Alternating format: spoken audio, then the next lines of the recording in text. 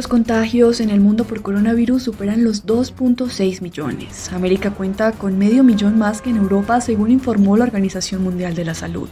A puertas de una pronta reapertura económica, la ONU convocó a los líderes mundiales, a excepción de Estados Unidos y China, a una cumbre virtual para buscar estrategias que apoyen a los estados más vulnerables y evitar que esta crisis arruine años de progreso. Durante el encuentro, que tuvo su principal foco en aliviar la deuda de los países pobres, como lo solicitó en su intervención el presidente de Costa Rica, Carlos Alvarado, tanto el presidente de Colombia, Iván Duque. También se concentró en poner la mira de los presupuestos del 2021 en fortalecer los sistemas de salud y económicos, además de establecer mecanismos para la inversión en ciencia y desarrollo sostenible.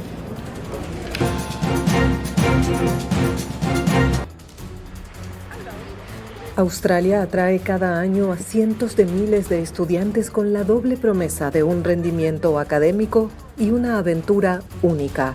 Pero la epidemia de nuevo coronavirus ha dejado a muchos sin dinero para vivir. La cuarentena implicó el cierre de varios pequeños comercios donde muchos de ellos trabajan, y las ayudas que el gobierno puso a disposición para quienes perdieron su empleo a causa de la pandemia no se aplican a los no residentes, entre ellos 500.000 de estudiantes extranjeros que contribuyen fuertemente a la economía.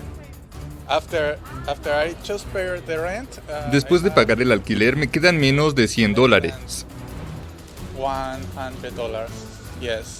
Cuando comenzó la pandemia, el 3 de abril, el gobierno invitó a los estudiantes extranjeros que estaban a mitad de semestre a volver a sus países. Pero muchos decidieron quedarse y ahora dependen de las 2 comidas diarias que les brinda el Instituto de Educación de Melbourne, que cuenta con unos 600 estudiantes foráneos. La institución estima que el 90% perdió su trabajo. No tengo que gastar dinero en el supermercado porque consigo la comida en la escuela. También algunas personas con las que trabajo me ofrecen comida porque saben que soy estudiante internacional y me dijeron: si precisas algo, dímelo, puedo ayudarte. He sentido mucho apoyo y eso es lo bueno. Desde el 30 de marzo, el instituto se unió con una asociación local, la Fundación Sharon, para financiar y preparar 900 comidas por semana. Ahora están en una situación desesperada, por lo que cualquier cosa que los apoye durante este periodo les sirve. Por eso tantos estudiantes han venido a pedir comida. El plan es que el programa continúe hasta septiembre o hasta que los estudiantes encuentren otra opción. La flexibilización del confinamiento a partir del 1 de junio significa que restaurantes y cafés podrán recibir más clientes. Algunos estudiantes ya planean volver a sus empleos, pero la recuperación será gradual y no todos recuperarán sus puestos de trabajo.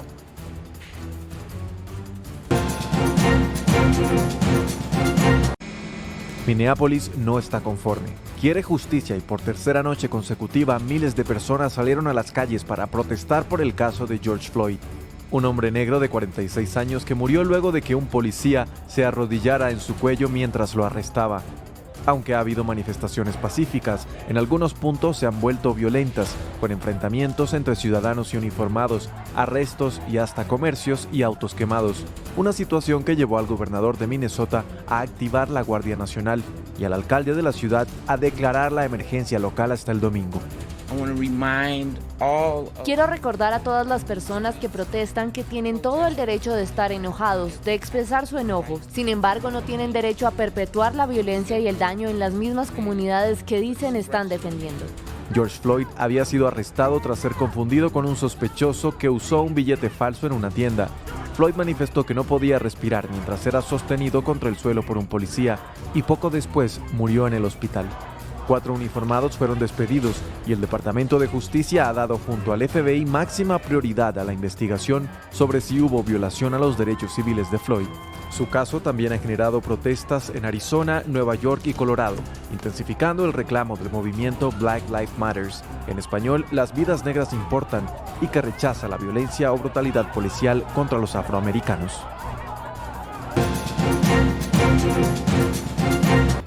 El agente Derek Chauvin fue acusado este viernes de asesinato en tercer grado y de homicidio imprudente por la muerte del afroamericano George Floyd.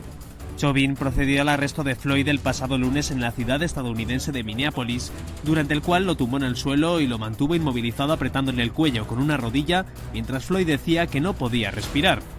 El detenido bajo sospecha de usar un billete falso de $20 murió poco después tras ser subido a una ambulancia inconsciente, un hecho que ha desencadenado una ola de protestas en el país.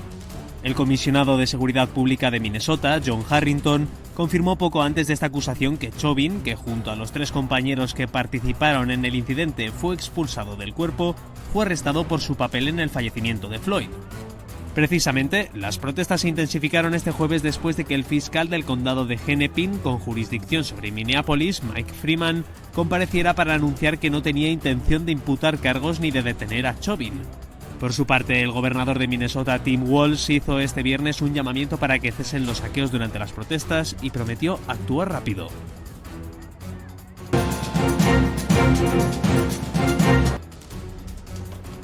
Ofensiva de Donald Trump contra las redes sociales. Amenaza con retirarles algunas protecciones legales y ha firmado un decreto para que su gobierno estudie poder castigar a Twitter, Facebook, YouTube o Google si intentan moderar los contenidos publicados. Esto después de que Twitter enlazara por primera vez uno de sus tweets con información verificada que contradecía lo que él había publicado. Lo que eligen verificar y lo que eligen ignorar o incluso promover no es más que un grupo de activismo político y es inapropiado, ha dicho Trump. El máximo responsable de Twitter ha dicho que su compañía continuará señalando información incorrecta o controvertida. Diferente política tiene Facebook y así lo ha afirmado su fundador. Mark Zuckerberg ha mostrado su desacuerdo con la decisión de Twitter de verificar un tuit de Trump. En su opinión, las redes sociales no deberían ser el árbitro de todo lo que dice la gente en Internet.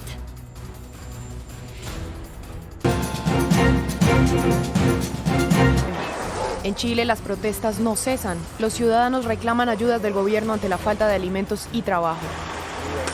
Este jueves el Ejecutivo alargó la cuarentena en 38 comunas de la región metropolitana hasta el 5 de junio. El país se enfrenta a un alarmante aumento de los contagios luego de que en las últimas 24 horas se reportaran 4.654 nuevos positivos, elevando el total a 86.943. En el mismo lapso se registró un récord de 49 fallecidos, situando el total en 890. A pesar de la dura situación que vive Chile, Brasil continúa consolidándose como el epicentro de la pandemia en la región, con 26.417 nuevos contagios en las últimas 24 horas, lo que eleva el total de casos a más de 438.000 y con 1.156 muertes en el mismo lapso, elevando el total a más de 26.000. En el estado de Sao Paulo, uno de los más afectados, se presentaron más de 6.300 casos, pero el gobierno defendió la reapertura de la economía, a pesar de que el 90% de las unidades de cuidado intensivo están ocupadas. Lamentablemente todavía no pasamos la página, pero podemos hablar de una reanudación tranquila y gradual de la actividad económica en esta segunda fase. Actividad económica aquí en la ciudad. La situación de Brasil se presenta cuando se conoce que, según la más reciente encuesta de la firma Datafolha, el rechazo de los brasileños por la gestión del presidente Jair Bolsonaro se ubica en 43%, un aumento de 5 puntos frente a abril.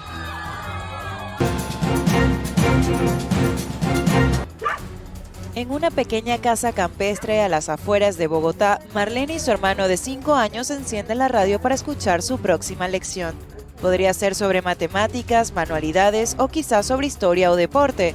La pandemia ha obligado a niños y adolescentes de todas partes de Colombia a buscar una nueva alternativa para continuar la escuela. Vemos que en tecnología estamos muy atrasados y pues nos toca buscar nuevas estrategias para llegar a ellos.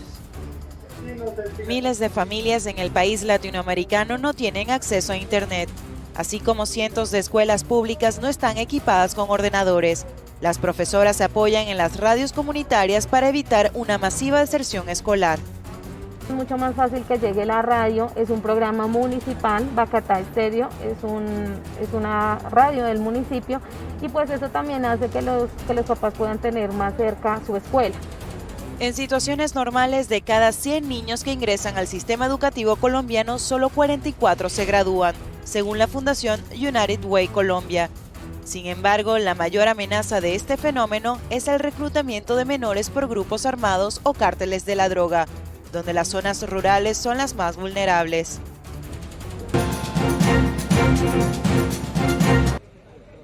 Dos personas fallecieron tras el colapso de una vivienda la noche del jueves en el centro de la capital ecuatoriana. Los bomberos de Quito recibieron la alerta hacia las 21:45 hora local e inmediatamente 39 efectivos y 13 vehículos especializados se desplazaron a atender el siniestro. Al llegar al lugar, el personal constató el colapso de una vivienda de 3 pisos y de inmediato iniciaron las labores de búsqueda y rescate de posibles personas atrapadas bajo los escombros de la estructura. Los bomberos lograron la evacuación de 3 pacientes vivos que presentaban policontusiones y a quienes los paramédicos del cuerpo de bomberos estabilizaron en el lugar. En el sitio se reportó que 4 personas estaban atrapadas bajo los escombros, 2 de las cuales se encontraban con vida y pudieron ser extraídas por personal especializado y equipo técnico de la institución. Lamentablemente, 2 personas fueron localizadas sin vida, señaló el Cuerpo de Bomberos del Distrito de Quito en un comunicado difundido hoy en el que no se mencionan las posibles causas del colapso estructural.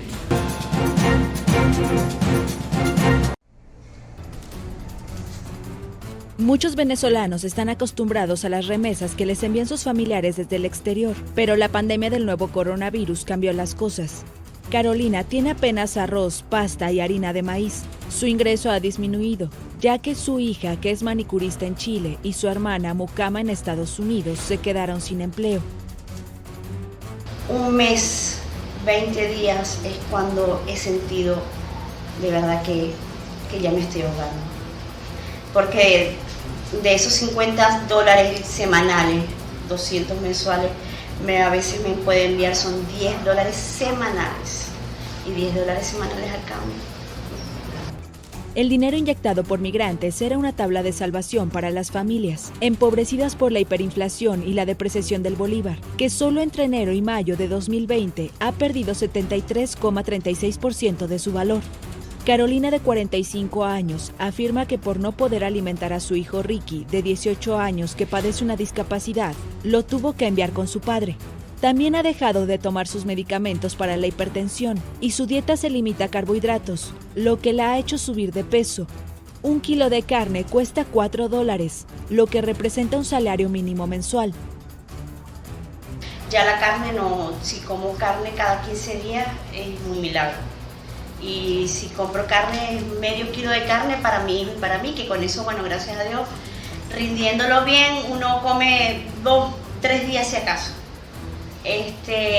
Pero esto ya no me alcanza para nada. Con 61,2% de la población en pobreza extrema en el país de 30 millones de habitantes, más de 5 millones de venezolanos han emigrado, según datos de la ONU. La firma Ecoanalítica afirma que en 2019 enviaron entre 3.400 y 4.000 millones de dólares en remesas, pero ahora ese monto podría haber caído un 40% a causa de la parálisis económica mundial por el confinamiento para controlar la pandemia. Venezuela, que camina hacia un 7º año de recesión, perderá el 75% de su PIB y la población sufre escasez de alimentos, medicinas, gasolina, así como cortes de agua y luz.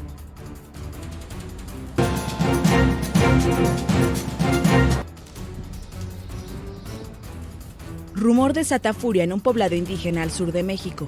Unas 30 personas destrozaron el jueves la sede de la alcaldía, un local comercial y 2 casas, supuestamente alentados por un mensaje de Facebook que niega la existencia del nuevo coronavirus y acusa a las autoridades de un ataque químico. La publicación de Facebook, difundida en medios locales, asegura que un dron fue derribado el domingo pasado, cuando esparcía un polvo blanco que, según ellos, seca los pulmones. Con alusiones políticas, el texto añade que se trata de un ataque químico de las autoridades regionales contra la etnia tzotzil, pero en realidad son labores de sanitización del gobierno local. El gobierno y la Fiscalía Estatal condenaron la violencia, advirtieron que no habrá impunidad y pidieron la colaboración de la población para ubicar a los responsables. En el país, los rumores han suscitado ataques al personal de salud, hospitales y desórdenes en localidades de estados como Michoacán y Oaxaca durante las jornadas de desinfección. México es uno de los países más afectados por la pandemia en América Latina, el tercero por número de contagios con más de 81,000 y el segundo por número de muertes con más de 9,000, de más de 120 millones de habitantes.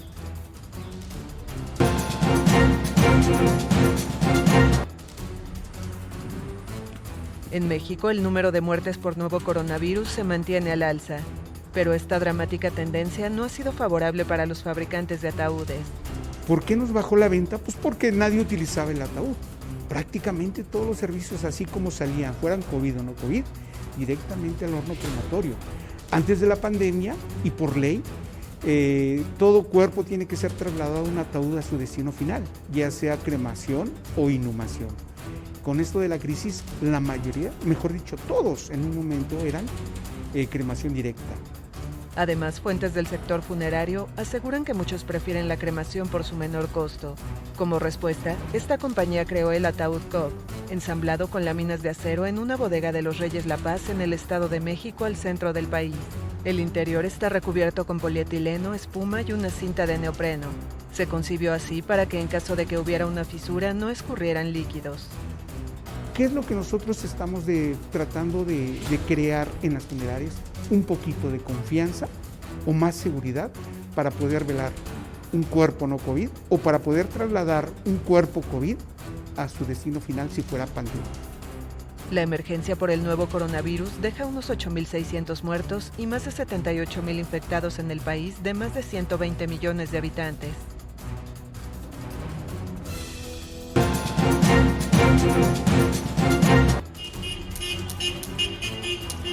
Protesta en Guatemala para reclamar el fin del confinamiento. Con una caravana de automóviles, decenas de personas exigieron al presidente Alejandro Yamatei que ponga fin a las restricciones impuestas en marzo para enfrentar la pandemia del nuevo coronavirus. Y la gente con hambre es incontrolable. El gobierno no sabe la bomba de tiempo que está causando. El gobierno debe reabrir la economía inmediatamente. Todas las economías más avanzadas del mundo, Italia, España, Estados Unidos, Alemania, todas esas economías que tienen muchos más casos que Guatemala, ya están abriendo su economía. Yamatei decretó en marzo estado de calamidad, lo que implicó prohibir la circulación del transporte público, el cierre de los grandes centros comerciales y un toque de queda que va desde la tarde hasta la madrugada del día siguiente. El pasado fin de semana se resolvió además un encierro total, medida que se repetirá el próximo sábado y domingo. Desde que se reportó el primer contagio en Guatemala el 13 de marzo, el país centroamericano suma unos 4.100 casos de COVID-19. Cerca de 70 personas han muerto y unas 500 están registradas como recuperadas.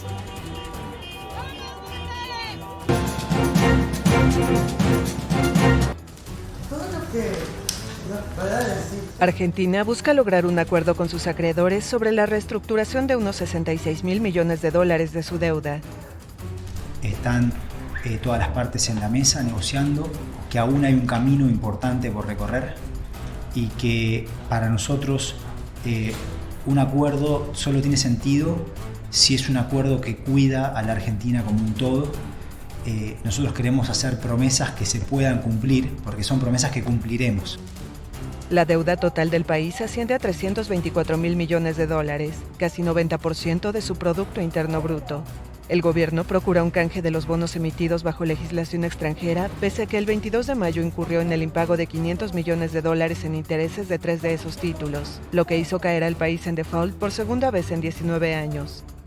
Pero la realidad es que Argentina todavía no enmendó la oferta. El día que eso ocurra, se va a hacer obviamente público de forma inmediata. Guzmán, a cargo de las negociaciones, discute con los 3 grupos de acreedores los posibles términos. Su país hizo una oferta que contempla un periodo de gracia de 3 años y reducción de 62% en los intereses y 5,4% en el capital. Pero esta propuesta fue rechazada por los acreedores, que han presentado otras fórmulas. Enfrentamos un universo de acreedores que son muy distintos, que tienen distintas tenencias y por lo tanto tienen distintas preferencias de cómo resolver esto y tienen distintas visiones. Entonces, parte de lo que se necesita es, al momento de enmendar una oferta, es tratar de compatibilizar de la mejor manera posible esas diferencias entre acreedores. Las negociaciones han sido extendidas ya en 2 ocasiones. El nuevo plazo fijado para adherir al canje es el próximo 2 de junio, pero no parece probable que para esa fecha haya un acuerdo. a efectos de que el país pueda hacer las cosas bien, trabajando con el FMI en un nuevo programa, tomándose el tiempo que corresponde con el involucramiento de la sociedad en lo que va a ser un debate social muy importante. Pero es un debate que tenemos que dar y que es parte de lo que Argentina va a hacer como un conjunto general de esquema de estabilización. Así que eso sí, es algo que se va a ver en el transcurso del año 2020. Argentina, en recesión desde 2018, insiste en que tiene voluntad de pago. La situación se ve complicada por la pandemia, que ha golpeado duramente la actividad económica con una caída de 11,5% en marzo pasado en relación al mismo mes de 2019.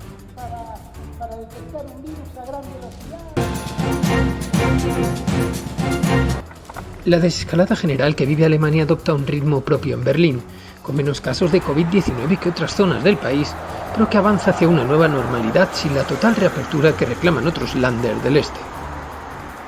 El distrito gubernamental y la sede de la Cancillería parecen adormecidos, sin el trajín habitual de las visitas de Estado y una agenda más nutrida de conferencias virtuales que citas presenciales por parte de la canciller Angela Merkel y el resto del gobierno. En la capital alemana, con 3,7 millones de habitantes, la actividad es prácticamente la habitual, con tendencia a ir a más, ya que el Senado berlinés decidió la entrada de una nueva fase de reapertura de la vida pública. El derecho a manifestarse o a reunirse al aire libre se podrá ejercer sin mayores restricciones a partir del próximo domingo, y desaparece la limitación a un máximo de 100 participantes. Lo mismo ocurre con los oficios religiosos a cielo abierto, aunque para actos a puerta cerrada se mantiene el límite de 200 asistentes. Del mismo modo se abrió la perspectiva de volver al cine y al teatro, aunque con aforo limitado a 150 personas. Por las calles berlinesas apenas se aprecian diferencias respecto a la normalidad anterior a la pandemia. Las escuelas funcionan aún a medio gas, pero la vida comercial regresó, hoteles y museos reabrieron y la gastronomía funciona, aunque bajo normas de distanciamiento entre mesas.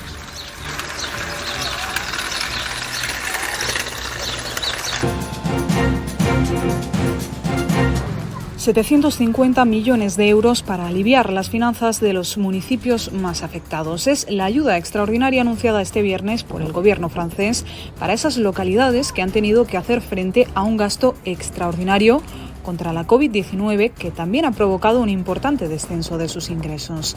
Es una ayuda sin precedentes, según el Gobierno, que puede beneficiar a 14.000 municipios del país y que se inscribirá dentro de un plan más global de ayuda a administraciones territoriales que, según algunos medios, puede alcanzar los 4.500 millones de euros. Los cálculos oficiales cifran en 3.200 millones las pérdidas registradas por los municipios con motivo de la pandemia y de 7.500 millones si se agregan los de las otras administraciones territoriales, como departamentos, cuyas pérdidas rondarán los 3.500 millones, y regiones, que se verán afectadas en unos 900 millones.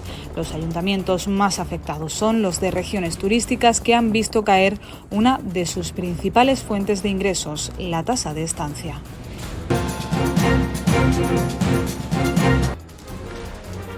La presión internacional se agudiza sobre China por su intención de imponer de forma inminente a Hong Kong su polémica ley de seguridad nacional. Después de la decisión de Estados Unidos de revocar el estatus especial de Hong Kong al considerar que el territorio ha perdido su autonomía, ahora es el Reino Unido el que ofrece a unos 300.000 habitantes de su antigua colonia visados especiales, visados que les permitirán permanecer en territorio británico un año prorrogable con vistas a obtener la ciudadanía. Al parecer, la ley va a permitir que el Ministerio de Seguridad del Estado, equivalente a la KGB de Pekín, opere en Hong Kong, dice Chris Patten, que fue el último embajador británico del territorio. Ellos tienen una larga reputación de coerción y tortura. No van a ir a Hong Kong a vender platos de dim sum.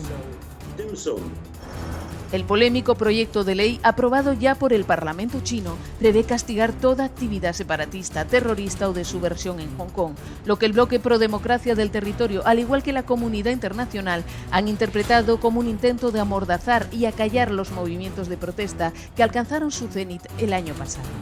Para la oposición, en pie de guerra, si la ley se aprueba será al final del principio un país dos sistemas que otorga a Hong Kong, desde su devolución a China, autonomía y derechos inexistentes en el resto del país.